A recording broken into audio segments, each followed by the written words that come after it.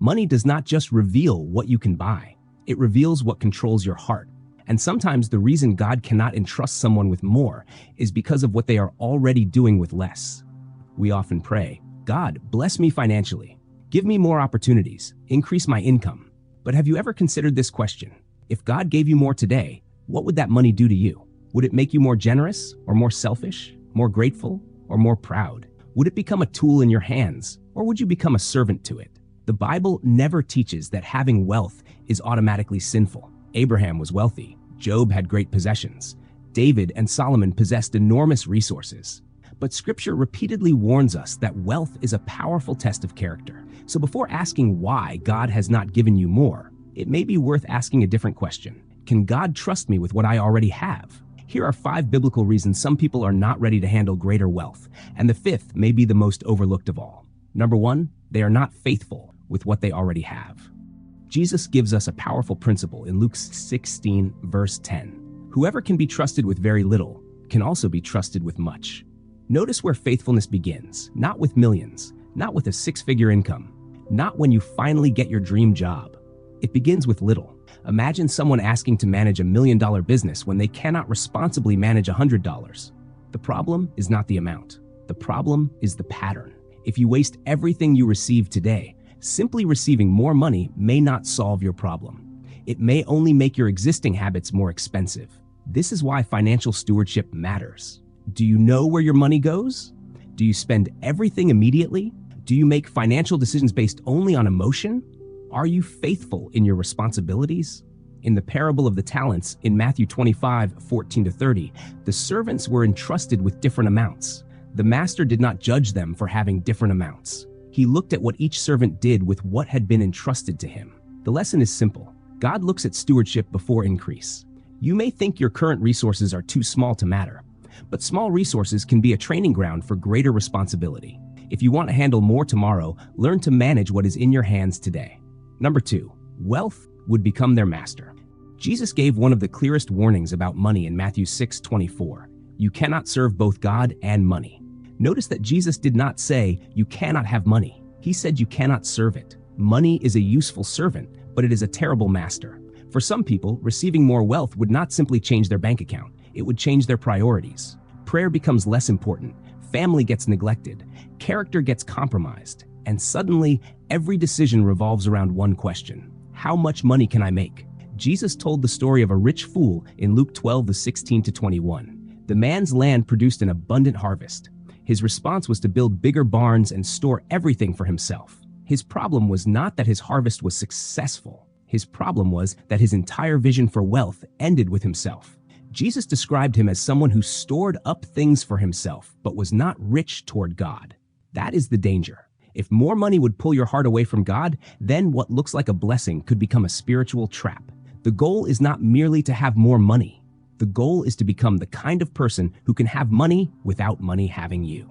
If this message is helping you rethink money from a biblical perspective, take a second to like this video, share it with someone who needs to hear it, and subscribe to BibleFix Finance for more practical biblical wisdom about money and stewardship. And comment below, God, make me a faithful steward. Now, the next 3 reasons go even deeper. Number 3, they want wealth only for themselves. There is nothing wrong with enjoying God's provision. 1 Timothy 6:17 says that God richly provides us with everything for our enjoyment. But the passage does not stop there. In 1 Timothy 6:18, Paul tells those who are rich to do good, to be rich in good deeds, and to be generous and willing to share.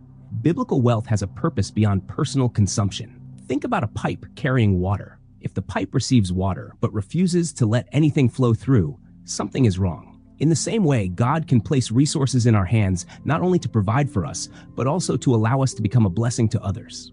2 Corinthians 9:11 says, "You will be enriched in every way so that you can be generous on every occasion." That changes the question. Instead of only asking, "How much can I get?" we begin asking, "What good can I do with what God gives me?"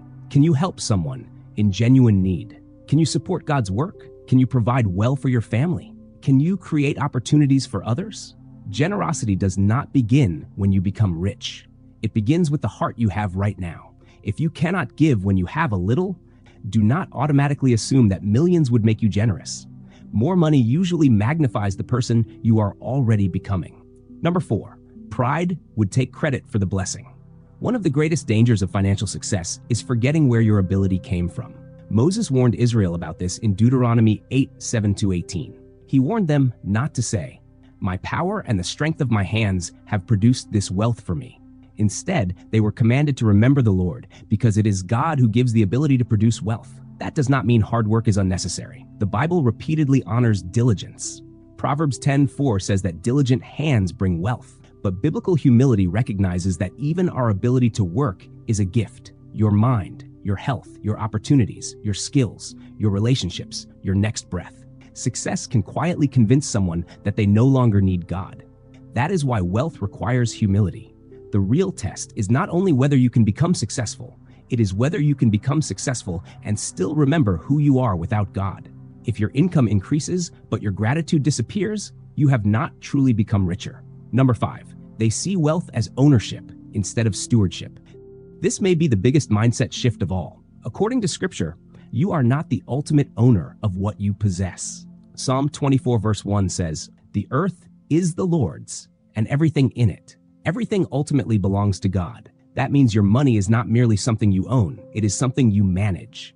Jesus illustrated this principle in Luke 16:1-13, where a manager was accountable for how he handled another person's possessions. This changes how you think about every financial decision. Instead of asking, "What do I want to do with my money?" you begin asking, "How can I faithfully manage what God has placed in my hands?" That question affects spending, saving, giving, investing, debt, business, everything. And this is where many people misunderstand biblical prosperity. God is not a vending machine. We do not practice good stewardship so that God is obligated to make us wealthy. Faithfulness does not guarantee that every Christian will become financially rich. But Scripture does teach that we will give an account for how we manage what God entrusts to us. Whether you have a little or a lot, the calling remains the same: be faithful. So why might someone not be ready for greater wealth? Because they have not learned to manage what they already have. Because money could become their master. Because they want wealth only for themselves. Because success could produce pride. Or because they have forgotten that everything ultimately belongs to God. Before praying only for more, pray for the character to manage more. Learn faithfulness with little. Keep God above money. Practice generosity now. Stay humble when success comes. And remember that you are a steward of everything placed in your hands. Because the greatest financial blessing is not simply having more. It is becoming someone who can be trusted to use whatever they have wisely. If this message challenged you, like this video, share it with someone who needs a biblical perspective on money, and subscribe to BibleFix Finance for more practical biblical principles on building wealth, managing money, and becoming a faithful steward. And comment below, "God, make me faithful with what you have given me." Your journey toward better stewardship does not begin when you finally have more. It begins with what is already in your hands today.